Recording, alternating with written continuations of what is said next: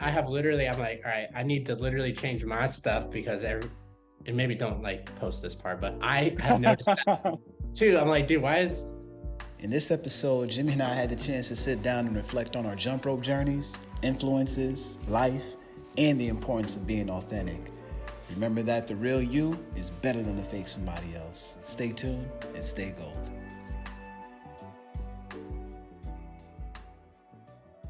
dude, this is a first. Long I'm time. telling you. Yeah, man. First of all, let me just say Happy New Year, man. Yeah, Happy New Year to you, brother. We almost had a chance to connect down in San Diego, especially when you had the meet down there, but Yeah, life happened and I was like, no. dude. So ah, Yeah, we were so close. And dude, what a time of jump rope and like to mhm. come up like that section of time was.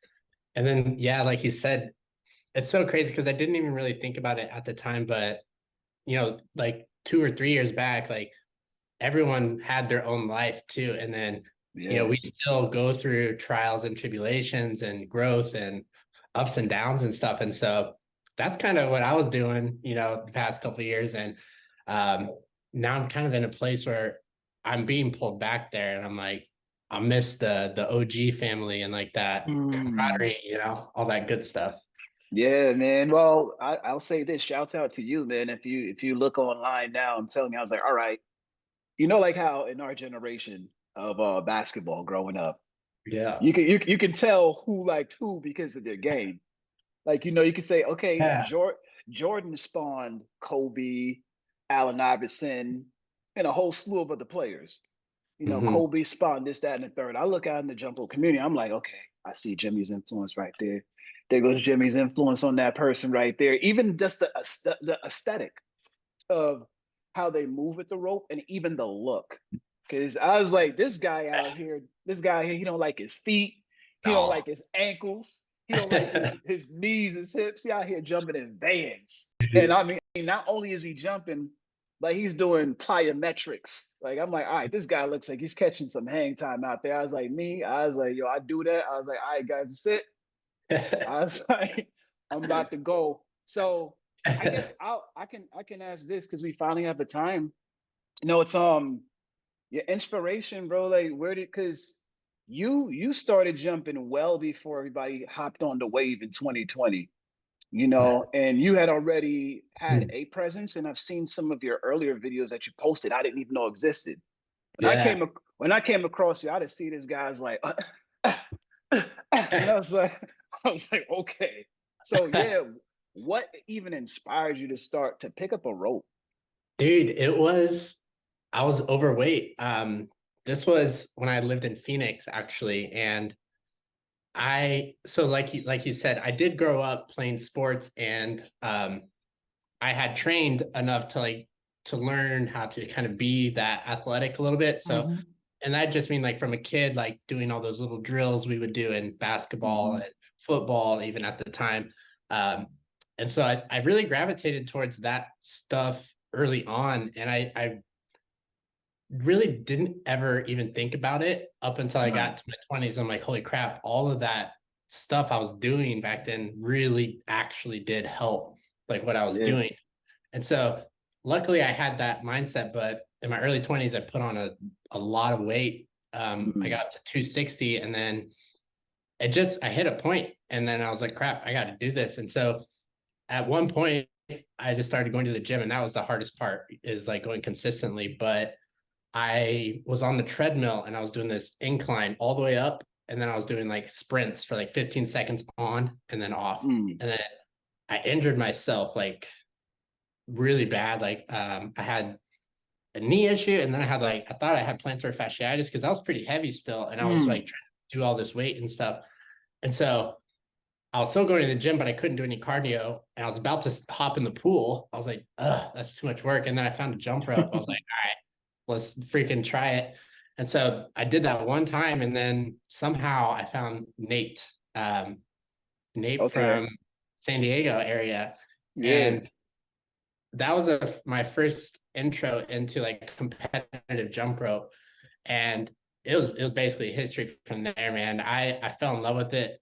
The first ropes I had were like cross ropes, so I'll say Hmm. that was like the first brand that I saw, and I Okay. was familiar with what double unders were. So I was like, all right. And I realized when I was just doing like regular jumps, I was like, holy crap, I can sweat just as much and just as Hmm. quick as I would if I were, just on that treadmill. And I was like, it's intensity. And and so yeah, from there I did the double unders, and then as I started talking with Nate more, that he just opened the door to the competitive world. So all the actual tricks and the fundamentals and kind of everything behind that. And I will say, I might be a little to blame for some of the skipping, like all the fundamentals, because like I'm still there. Like, because I remember when Nate was teaching me these things, I was definitely trying to jump ahead. And so if you listen to, and you will also probably agree with this, Hmm. like if you jump ahead and try to learn all these other things, like you're not building those Right. foundational blocks that you need. And so Mm. even today I still have issues doing certain things because of how I learned them like initially. And so I'm trying to break some old habits, but yeah, it's obviously, as you know, it's been such a life changer and game changer, and I just love everything that has come out of it, from even seeing everyone else do it as well. Yeah. That's So dope, man. I That's want to dope. know about you though. Like, so tell me your intro around that time. Oh man. So I'm actually currently making a documentary of it. Cause No way. yeah, unlike I love everyone else, that. my friend said if you're gonna do something, you have to have your Matt Barnes said it on his podcast. Yeah. When you're in your own lane, there's never traffic. And so Yeah. the community is so saturated with just reels and everybody doing their thing. And I was like, what, I have something different because unlike others, I've had the blessing of having a best friend who's a talented videographer Yeah. and who's followed me around. I have like 3 to 5 years of footage of my whole jump rope journey, pretty much almost. And I was like, man, I was just sitting down one day and I was like, man, why don't somebody was like, I don't see you posting jump rope footage anymore. And I was like, yeah, I haven't been posting that much. Yeah. Then I looked on my hard drive. I was like, yo, my dude been there from the beginning. I was like, oh, we making a documentary. So pretty much how it started, man. I was like, I talked to Kathy, shout out to Kathy. New Jersey in the house, family. In New York, tri-state, we out here. But you know, I started pre-pandemic because it seemed like everybody jumped into it in 2020. It Yeah. actually started in April of 2019. Yeah. Now, at that time, I had no idea that there was an online presence.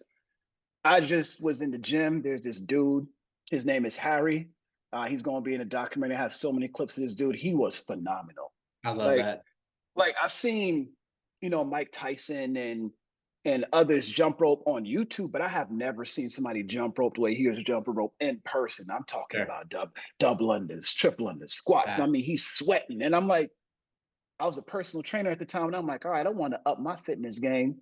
I had run quite a few, half marathons, and I was like, I don't feel like running no more. I was like, my knees is bad. I got my half marathon medal shout out, but Yeah.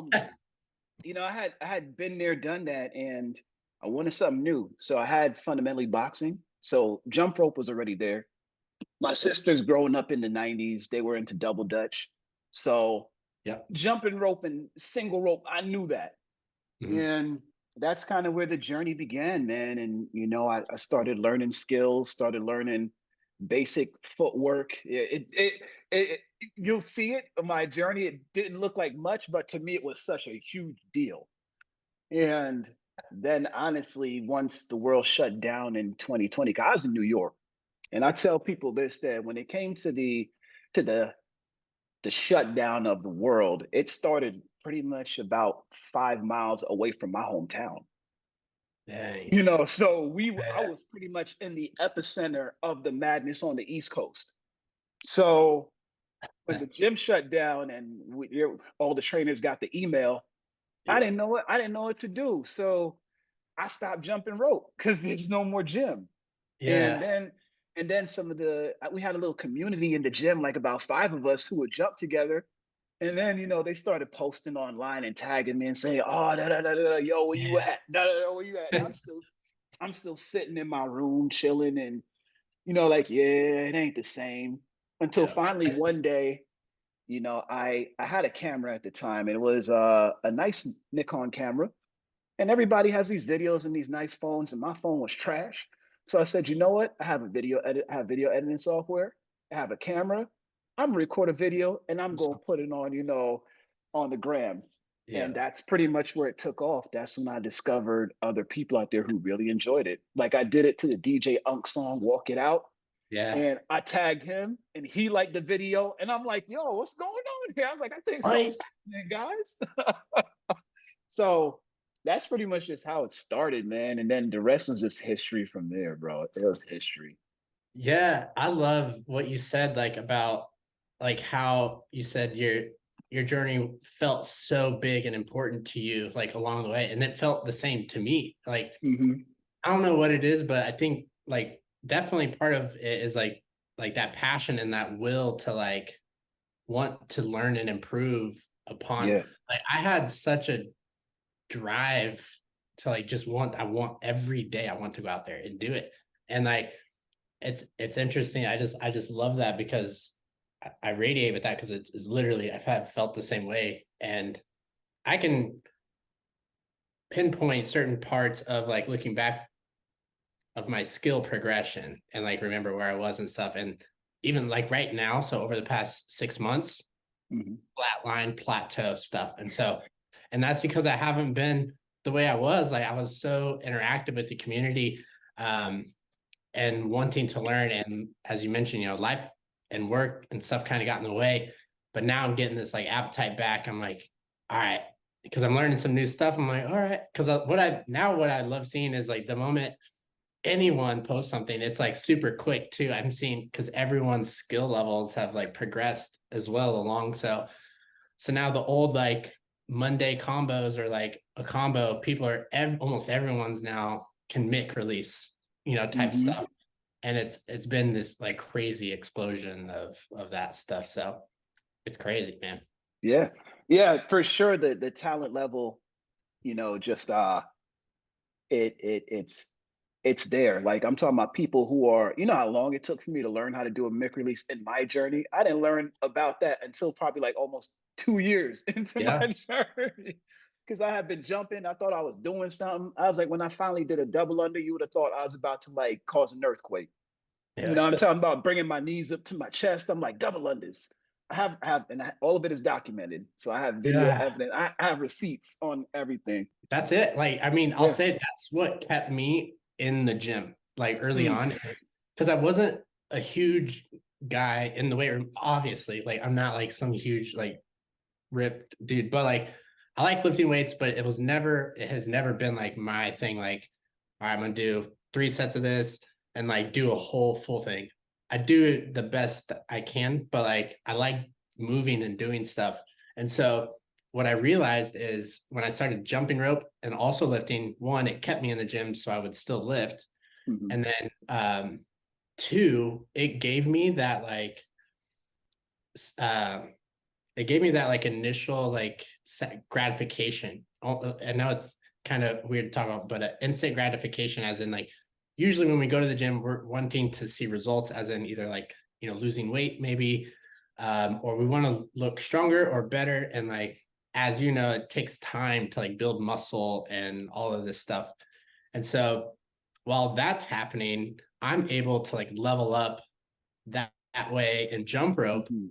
with like adding a new trick and literally like adding the switch cross to my repertoire was like getting like seeing bigger muscles on me like in the gym. Mm. And so I was like, and I just eat it up. I'm like, I get such a rush from learning those tricks and then completing Yeah. them. And I think that's one of the bigger driving forces too. Yeah, yeah, yeah. No, you're absolutely right. And in addition to what you said, man, I like to add the documentation. Mm, I think y- I'll just put it out there to say it's important to document everything. I was like, yeah. you never know when you're gonna use it. You never know. Don't like master something and then record it once you've mastered it. show the process. Like for Yeah. me, I have all the ugly. And when I go back and look, I'm like, man, I have really come a long way. And it's so funny for you how the switch cross was like that I guess Pandora's box that opened up Mm, everything. For me, it was the Mick release. yeah. For some reason, when I was trying to learn it on my own, I could not get it.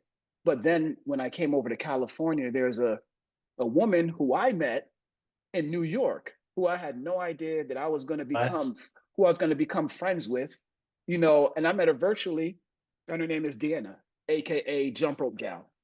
yeah. You know, she is cool people's. She is a wonderful soul. I was like, you know, Yeah. I every time I text her, she sends such a beautiful text message, Uh, and I was like, it just warms my heart. But she was so patient with me, yeah. and I have, like I said, all this is documented. My friend, he came with me to San Francisco when we finally met up. And Yeah. he pretty much documented my Mick release journey. I learned it that day.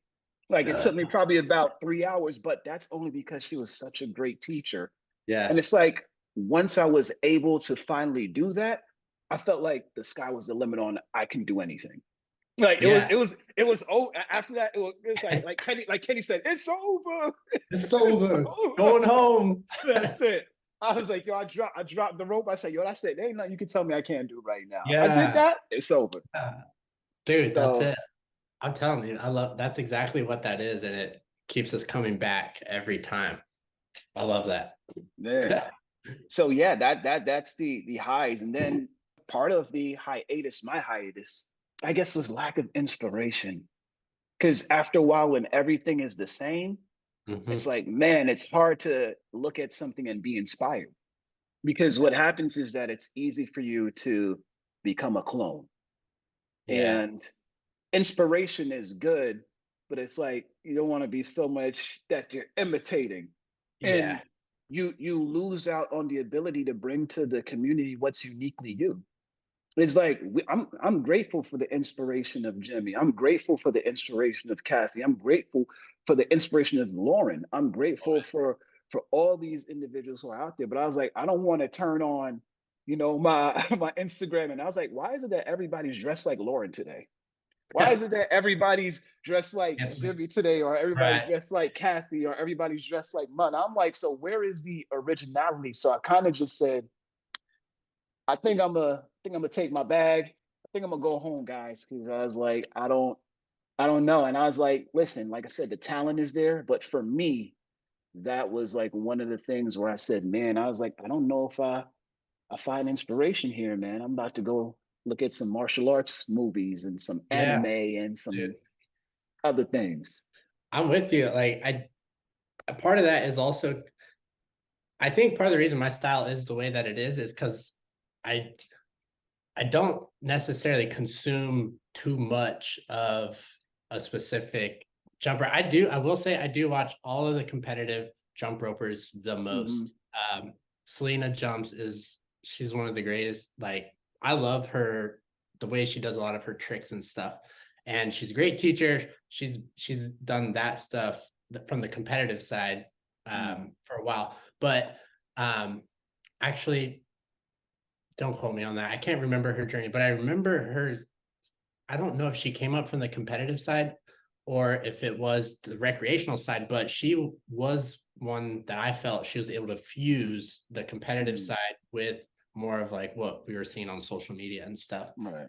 But I got to keep being my unique self, and I love that you are you, and like that is exactly I. Sorry for me to say that, but that's exactly um, how I think.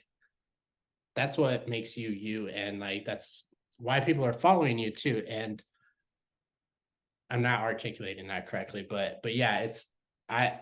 You are the I go to you for that type of thing. Right, right. I got you. I got. In other words, you see individuals. All right, let me break it down for everybody. Let me ebonic it. No, I'm kidding. That's not even a word.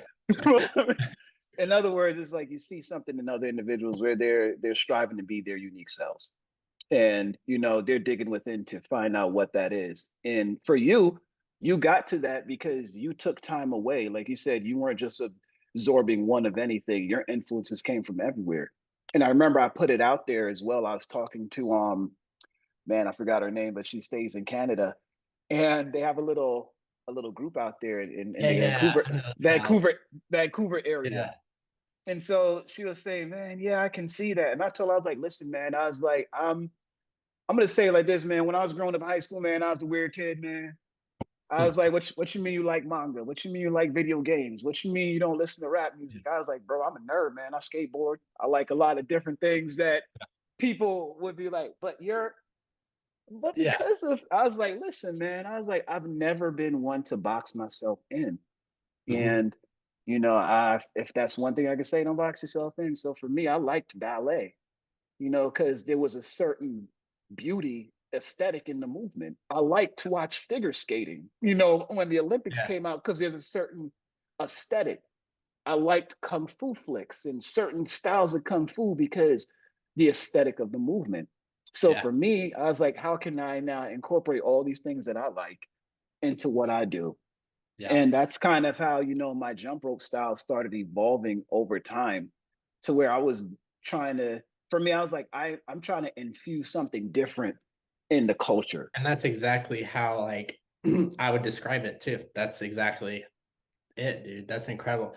I was gonna mention like back to what you were saying about how like the nerd thing and like the impact of like just external people and things like that. Like you said, I growing up, I was afraid to like be my normal self as like most of us Mm-hmm. were. Like it's what I realize now that I'm freaking 35, but like I'll go into the gym now and I'm not worried about other people's perceptions of me as much as I Mm. once was, like way back in the day. Um, and that's not to say I go out there to make like a huge ruckus for to cause the attention. Um, it's it's just normal. And like what I realized is as a kid, there people the coolness thing was so controlled by the bullies and like what was cool. And I realize now Mm. at my age, if I feel like I'm cool, like that's not even the point, but like I'm just dressing how I want to.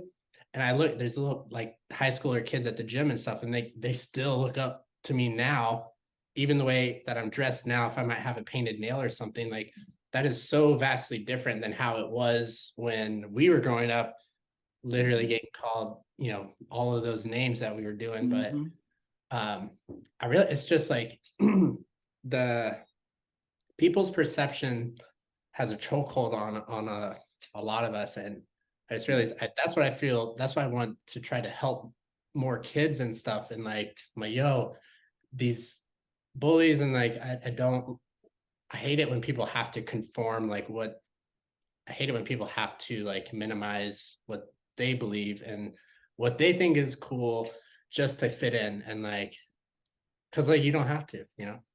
But Yeah. but You yeah. know, yeah, I like that, man. I'm gonna tell you a little story, not a story, but long story long. I'm kidding. Gonna keep it short. I my samurai hat. I don't know if Yeah. you've ever seen that, Yes, man, sir. dude. I need to Yeah, buy yeah, another one. But bro, I would walk around with that every day. Like people think that I'm just wearing that for a video. No, this is like regular getup. Like I yeah. tell people the way how I dress, they call me the homeless hipster. Um, I because love I it. mean my jacket Yeah. that you can see right here, this thing is like a probably like a 3X, but it's super big. But Mhm. I like big clothes. And somebody said, man, you look Asian. I was like, I don't know what I am. I'll tie the rope around my waist.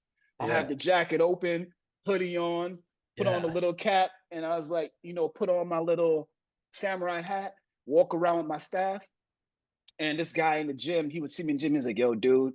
He's like, man, he's like, yo, you're so cool, man. And that's just me being me.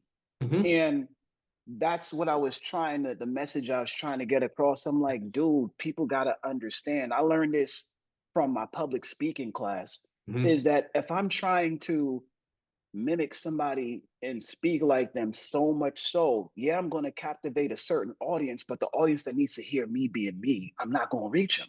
So I was Mm. like, I got to be Yeah. me for the people that need me.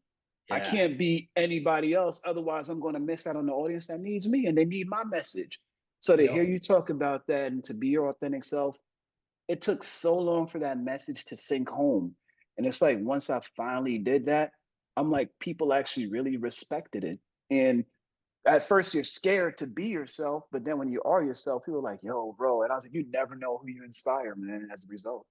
Yeah, and that was one of the biggest driving factors is anytime I would get a message from someone saying that, like, hey, you inspired me to do this or whatever, it was always like, oh yeah, that's definitely why I want to keep doing this. And like, because I remember that, like, because even when I was first starting out there, I did look up to people and stuff, but like you, like I knew that I couldn't be like a clone of something, like, and I knew the ultimate journey was like finding myself. Hmm.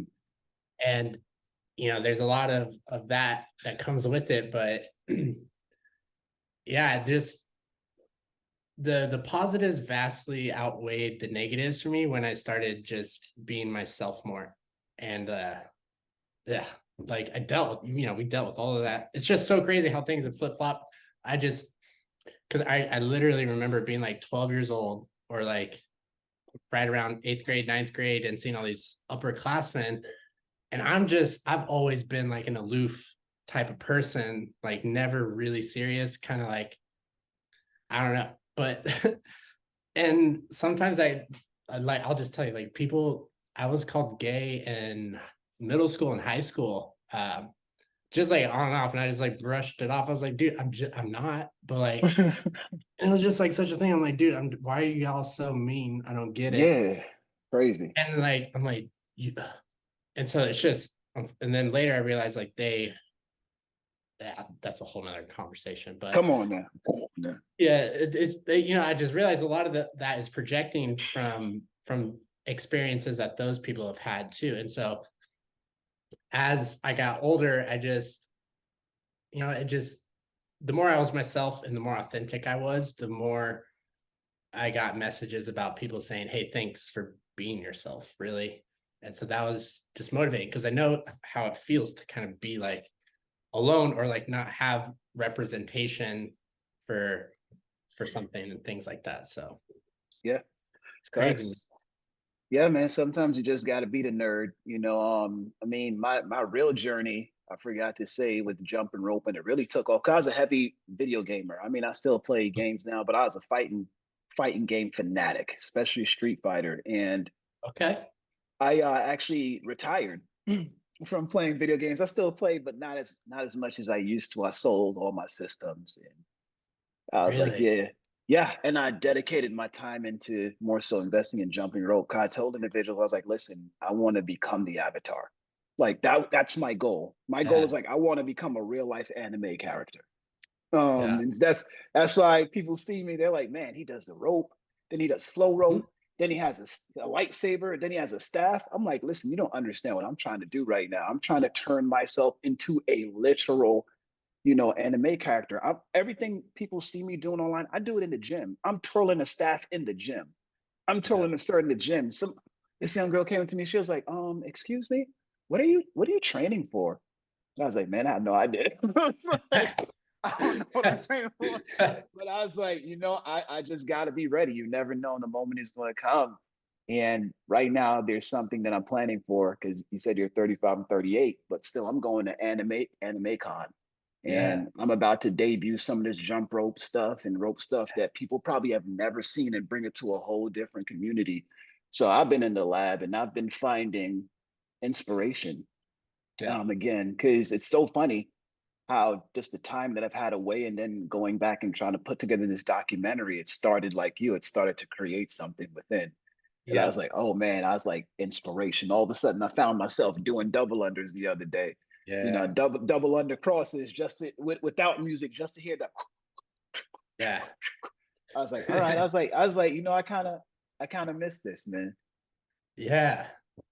It's crazy, man. It's been such a that's at the end of the day, that's it's might have been one of the best things that has ever happened to me.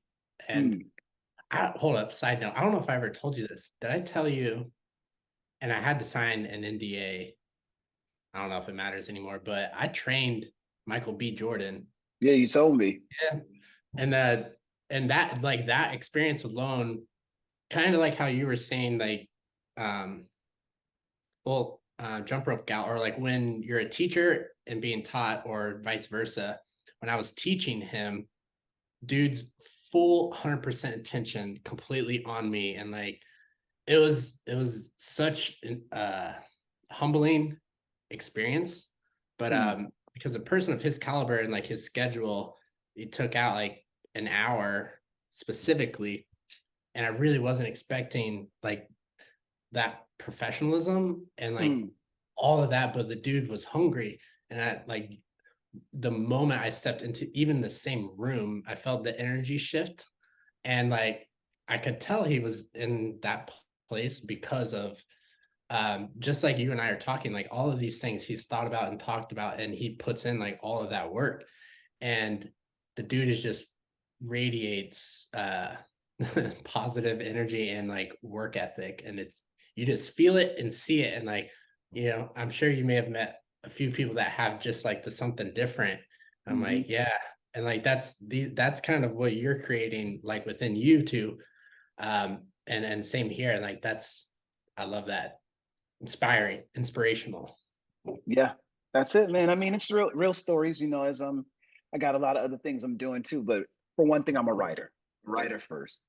And so in writing, I was just saying, the thing that connects us are the themes, that that we share, whether it be love, whether it be victory, whether it be defeat, but at the end of the day, everybody has that story of resilience, man.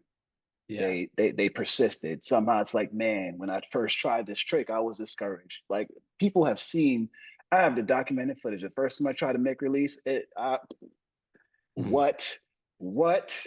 Oh my goodness. Then going to San Francisco, even it was documented, like I was about to throw the rope in the water, man. I was so done. I was like, I can't do this simple thing. Let alone here's Deanna. Yeah, you just do it like this. Like she didn't even do nothing. She was just speaking, and the rope like did a mic release on its own. I said, all right. I was like, okay. I was I'm like, out. all right. I was like, yo, I was like, I am an athlete. I was like, I should be able to do this. I was like, this is not difficult. But that's why I said just those stories of how we persisted, and we finally were able to achieve what we achieved. It connects us. And a teacher of mine, he once said something as it pertained to study. He is like, you must go through pain of thinking before joy of expression. That's so profound, but I think it's true, man. And it can be applied in this sense, how the pain that we go through before the joy of expression. And a lot of people quit during the pain. Yep. It's like, oh man, I was like, nah, man, you gotta Yep. endure. That's 100% like the game, man. It's like for growth in anything, it's those peaks and valleys. I love wildflowers, like, because regardless of their environment, come springtime, they're gonna come up through rocks and through all of these things. And so it's through the rain and the storms, comes the flowers and the growth and that the blooming and the blossoming. And I do try to think about that with everything athletically, but also everything I'm dealing with, from my experiences and growth and trauma and all of that good stuff. And it's honestly, that's what I've been dealing with, like these also along with that these past year and a half. And so I'm continually trying to grow, and that is hard as well. And so it's a beautiful journey. But yeah, you are 100% correct. And like the key is being able to get back up. And I always say the proverb, chop wood, carry water, is like my favorite thing to say. It's like, keep doing the things you need to do.